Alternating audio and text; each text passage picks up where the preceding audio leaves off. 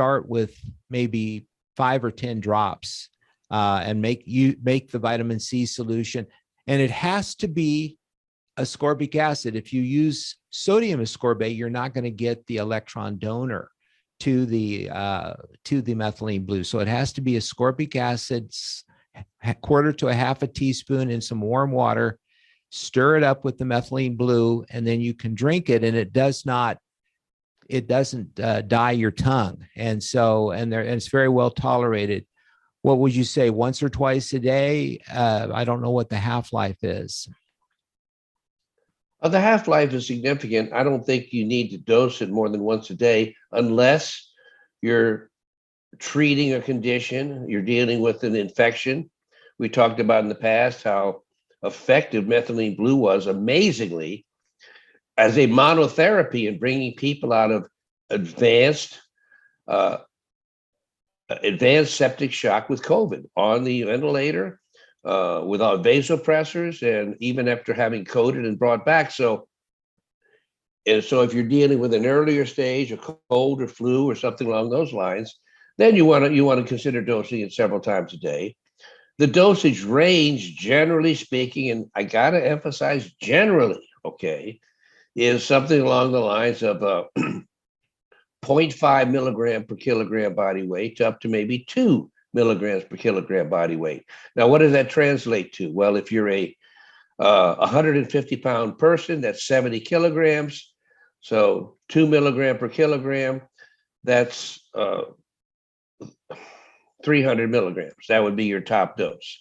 Whereas your low dose, you're not really feeling poorly, you just want to keep things running well, then you might want to go with the 5 or 10 or 15 milligrams, which would be, 10 to 20 drops of the methylene blue. So all of that determines how you go after that. And then, like everything else, Rod, people, just like they do with vitamin C, they develop their own health intuition.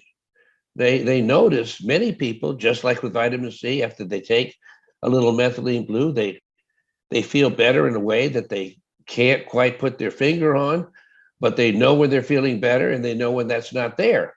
And so people just are able to adjust it based on how they feel. But basically, if you don't go crazy on the dosage and don't exceed 100, 150, 200 milligrams, especially if you're dealing with an infection, there's very, very little toxicity.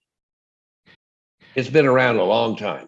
Yeah, since I think over 100 years. Right. So it's always a good idea to try early stage or mid-stage Alzheimer's. It's not going to make you well in a short period of time. There's going to be a process of healing that needs to go on and should be coordinated, I think, with someone knowledgeable in the field of supplements and functional type medicine. So, but anyway, Dr. Levy, this is fascinating, and I think this is not the end of the story. I think more people are going to want to know more about it because in a way, it highlights what you've been saying for so many years, is that antioxidants still play a crucial role, have always played a crucial role in not only regaining health, but maintaining optimal health. And so once again, I want to thank you for the work you've done for all these years.